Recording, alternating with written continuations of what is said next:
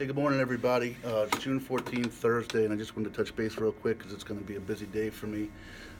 Today happens to be my son's ninth birthday, so that's exciting. So, little man, I love you. Happy birthday to you. Can't wait to spend the day with you today. One of the things that we're going to be doing, the main thing we're going to be doing, is I'm going to be taking him and one of his teammates to the Philadelphia Phillies baseball game today. They play the Rockies, and one of the neat things is that after the game, all the kids 12 and under get to run the bases on the field, so that should be a nice, memorable day for them.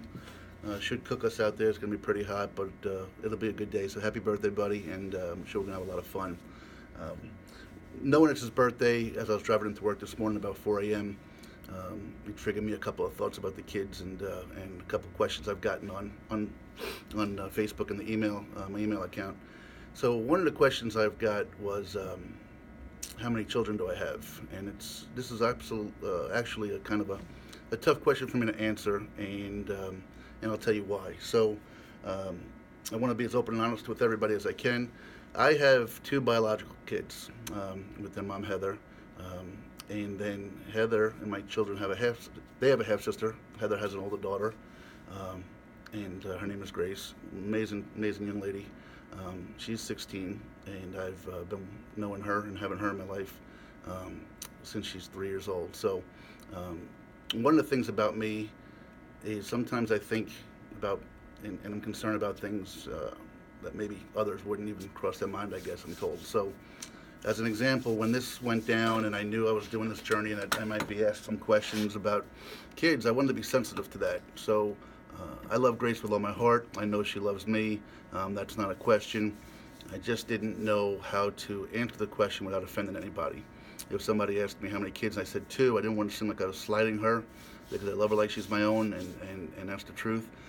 However, I want to be respectful. I never did marry her mom, so I can't call her a stepdaughter, and I wanted to be respectful of her dad, who's a great dad in her life as well.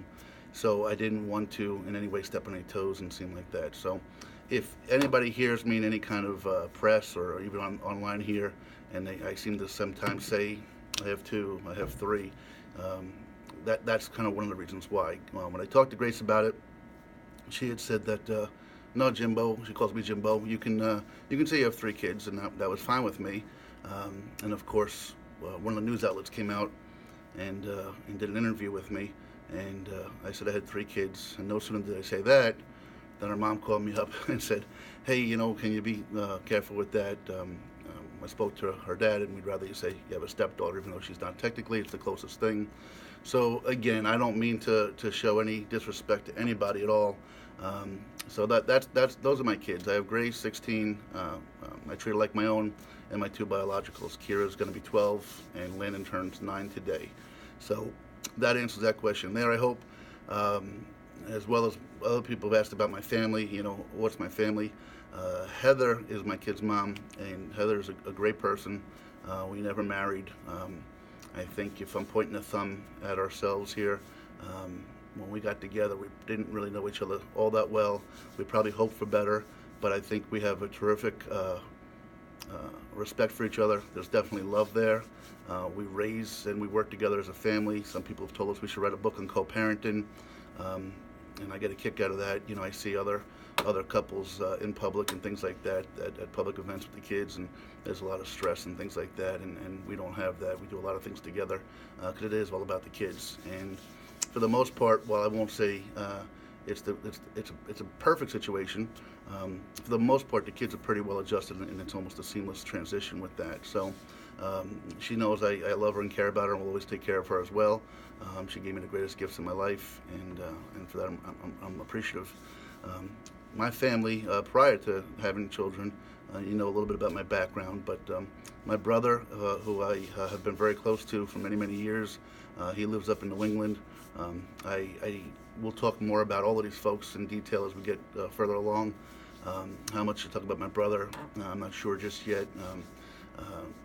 My mom is still with us. She's 83 years old, lives up in Massachusetts, and speak to her on a regular basis. And that's the nice thing about technology. Even with this trip, I'll be able to stay in touch with everybody and things like that. So, but a couple of things I want to talk about. I was driving into work this morning about 4 o'clock in the morning, and some things just touched me, and I just wanted to share them because I'm going to take an opportunity to brag on my kids a little bit. So if you heard my video yesterday, I recognized the family, and I tend to be more emotional than most people.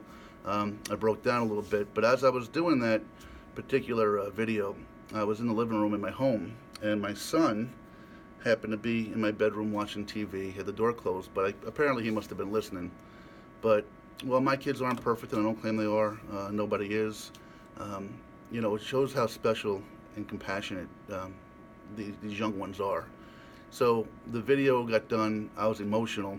No sooner did I shut off the phone than my son opened the door and just came out without saying a word and just gave me a big hug and said, "I love you, Daddy." And you can't put into words what that meant. And again, for a 9-year-old to be able to pick up on that vibe and share that with me was pretty impressive, I thought. So that got me to thinking of a couple of other situations that I wanted to share with you guys to kind of tell you a little bit about my kids and who they are and why I'm so proud and privileged to have them in my life. So one story I tell, which kind of blew me away, my daughter has an unbelievable ability to read people and situations, and at such an early age. So a few years ago, I had gotten transferred out to Indiana, and I had to go out there and set up a home and everything like that before the kids and Heather were able to get out there with me. I've always been just a middle-class guy. I don't have a lot of disposable income, and I think at the time Kira was 6, Landon was probably 3. It had to be 3 if Kira was 6, right, Jim? So one day I realized that, unless I found a way to make time and money for these kids to get them enrolled in things, they were going to be missing out. And so one day I said, "Hey guys, would you like to try karate?" So they said, "Yeah." So Heather and I took them to karate, and they had like a half an hour free lesson, and then of course you get the pitch to time them up and things like that. So we got the pitch, and as it turned out, it was going to be a couple of $100 a month, which isn't extravagant. At the same time, it's not peanuts either, for a guy that's kind of just paying the bills week to week. But when we got in the car, we had a minivan, and I was driving, and the center seat behind me was Kira, and right behind me was Landon. And we got in the car, and I looked over at Heather, and I just said, "Hey, doesn't it feel good to be able to give the kids something, that we might not have been able to have?" Now, Heather and I, we complement each other very well because she keeps me grounded. She's certainly a little, I'll be polite and say, a little more cautious than I am. So in the moment where I was hoping she'd be excited and say, yes, we were able to give our kids a gift that we hadn't before, her reaction was, "Well, can we really afford it?" And, we had a month or two to figure out how to, make that happen, and that was going to be my problem anyway. So I got a little frustrated, but I didn't want to say anything in front of the kids. So I started to say something, and I just stopped, and I let out a deep breath. And within seconds of me doing that, my 6-year-old from the back seat said, "Daddy, what's the matter?" And I said, "Nothing, baby. Daddy's fine." And of course, my 3-year-old idolizes his sister. He might not admit that now or realize that now, but I don't think either of them realize how much he admires her. Anyway, right after I answered that question for her, from behind me, my son says, "Daddy, what's the matter?" And I said, "Nothing, buddy. Everything's fine." And immediately after I said that, my 6-year-old said this. She said, "Landon, Daddy's very frustrated right now, but he doesn't want us to know, so he's going to say nothing's wrong." And she was spot on. But I mean, to think that a 6-year-old could have that insight to be able to pick up on an adult and what they were doing just blew me away. So that's a story I tell about her, which shows, where she's at. She definitely has a career or future in clinical psychology if she wants to go after that. I'm a huge Dr. Phil fan. I'm a groupie. She ends up watching a lot of that with me. So I don't know if that's the road she'll go down, but anyway, that was a story, like I said, that just blew me away, that a 6-year-old could interpret, my body language for what it was. So that was one story that we had there. The other one that I think was really impressive was I was dating a woman. We had an on and off again relationship. I'm sure you'll hear about that too as well. Anyway, her father had unfortunately passed away of a heart attack, and it was a tough situation for the family, and we all grieved differently. I dealt with death at a young age, so I'm a little bit more, I don't know what to say, jaded or callous, or just, it's a fact of life. We live, we die. Others don't necessarily take my approach. Well, this family, it really hit them hard, and it was emotional, and there were a lot of tears. Anyway, I grabbed the kids the one day, and we went over to offer our comfort. And I remember she had a really high bed. I mean, I'm 6'4", and I'd almost have to get on my tippy toes to get my butt on it. Anyway, we walked up into her apartment, and we let ourselves in, and in her bed was my girlfriend at the time, her mom, and if I remember correctly, maybe her son. But the three of them were just lying on the bed, crying, consoling each other and holding each other and crying. You know, pretty. I won't say aggressively, but certainly it wasn't a quiet thing. My two kids, who at the time were probably 10 and 7, I'm gonna guess, without saying a word, the two of them just climbed up on the bed and they put their arms around these folks, and they didn't say a word. They didn't ask what's wrong. They didn't try to say the right words at the right time and say something wrong.